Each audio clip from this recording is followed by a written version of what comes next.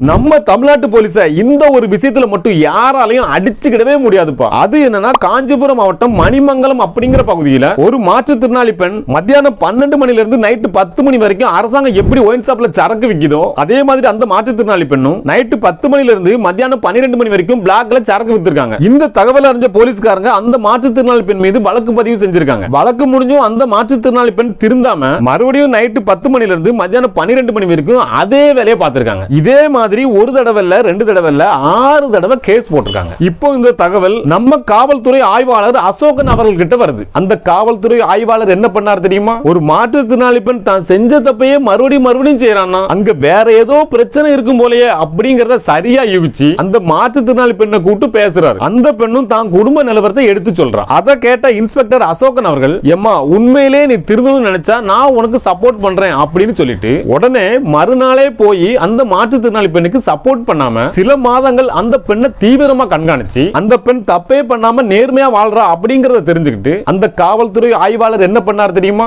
50,000 ரூபாய் முன்பணமா கேட்டி ஒரு புது ஆட்டோவை வாங்கி அந்த பெண்ணோட மனசை மட்டும் இல்ல நம்ம எல்லாரோட மனசையும் நெகிழ வச்சுட்டாரு நம்ம காவல்துறை ஆய்வாளர் அசோகன் அவர்கள்.